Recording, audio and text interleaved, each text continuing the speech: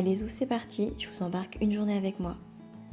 Aujourd'hui, je ne vais pas à l'atelier, je vais me balader dans les rues de Paris et dessiner. Je prends le métro pour changer, je laisse mon vélo de côté et je suis contente parce qu'il est encore tôt et j'évite un peu l'heure de pointe. Les rames du métro sont encore assez vides et je m'en vais retrouver Diane, ma binôme, qui est elle aussi illustratrice. Et on est hyper contents de se retrouver pour une fois pas en visio, mais pour travailler ensemble et dessiner ensemble aujourd'hui. On se voit avec Diane pour une conférence qui s'appelle les Creative Mornings. Donc c'est hyper bien parce que c'est le matin, c'est très bien timé. Donc du coup à 9h30 c'est terminé, on peut retourner bosser. Et le thème du mois de mai c'était vibrant. Et c'était du coup Vara Muratian qui nous parlait de sa manière de travailler. Il est artiste visuel et directeur artistique et notamment l'auteur du livre Paris versus New York que j'avais adoré à l'époque et un livre un peu plus récent qui s'appelle Va au Japon que je n'ai pas encore vu et que j'adorerais pouvoir feuilleter. Et le lieu change tous les mois d'endroit et pour le mois de mai on était dans un espace de coworking qui s'appelle le Remix qui était à l'époque une ancienne maison close. Et on a eu l'occasion de visiter les espaces de coworking, les bureaux qui sont loués au mois ou pour un peu plus longtemps par des entrepreneurs ou des petites entreprises. Et donc là, on est dans les sous-sols où il y avait des cachots et puis notamment aussi tout au fond un passage secret que les hommes empruntaient pour aller de maison close en maison close sans être vus des maquerelles. Parce que forcément elles préféraient que les hommes restent dans leur maison close et qu'ils n'aillent pas dans d'autres maisons closes. Et voilà, donc c'était hyper intéressant de voir comment le lieu a été un peu transformé. Là, c'est une ancienne piscine qui sert aujourd'hui de résidence d'artistes, où du coup un artiste est amené à travailler comme ça avec des vitres pour que tout le monde puisse voir un peu son travail. Et puis dans les sous-sols, il y a aussi un studio de podcast qui est insonorisé et une salle de visionnage, une salle de cinéma qui peut aussi servir de salle de danse, qui est hyper bien insonorisée, qui ne dérange pas du tout les personnes qui peuvent être à côté en train de travailler ou d'enregistrer du contenu.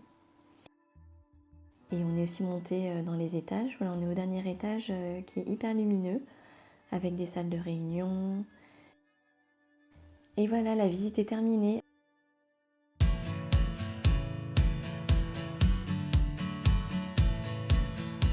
Après ça, avec Diane, on a filé au musée du Louvre. Le plan, c'était de faire du dessin d'observation et du dessin sur le vif. Diane participe aussi à un challenge où elle revisite des œuvres de grands maîtres. Et puis moi, je voulais aussi m'entraîner à faire du dessin sous le regard des passants et des visiteurs, ce qui est toujours hyper intéressant de se forcer à travailler de cette manière-là. Et malheureusement, le musée était fermé, ce qui explique le monde un peu inhabituel qui était à l'extérieur du musée. Et c'est la deuxième fois qu'on essaie de venir ensemble et on n'arrive toujours pas à aller au musée. Donc peut-être que la prochaine fois sera la bonne. Donc finalement, on s'est rabattu sur les colonnes de Buren, juste à côté. Et on s'est dit qu'on allait se poser et dessiner là puisqu'il ne pleuvait pas. Bon, cette colonne est un peu grande pour moi. Donc on a pris des colonnes un peu plus petites pour s'installer et puis faire un peu de dessin. Mais il faisait pas très chaud.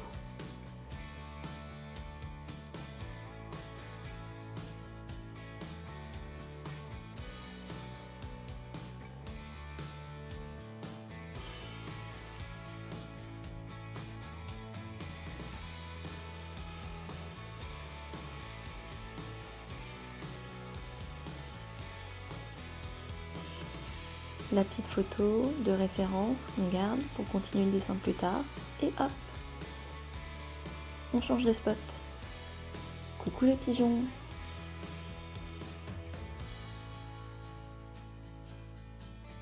Oui, avec Diane, on s'est bien amusé à faire des petites vidéos.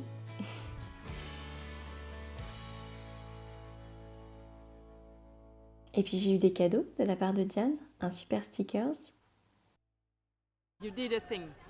Après ça, j'ai eu le temps d'emmener Diane déjeuner avec moi. Normalement, elle devait repartir directement après notre session au Louvre. Mais finalement, on avait le temps, donc il faut voir les côtés positifs. Et je l'ai emmenée dans mon restaurant préféré de la rue Sainte-Anne, Udon Jubei, qui est un restaurant de nouilles udon. Et c'est simple, j'adore me mettre toujours à cette place pour pouvoir voir la cuisine. Et je n'ai pas besoin de regarder le menu puisque je prends toujours le même plat. Un plat de udon tempura, trop bon, dans le petit menu du midi. Ça c'est le plat de Diane qui est en train d'être confectionné. Avec la petite entrée, miam miam. J'en salive rien que de regarder la vidéo.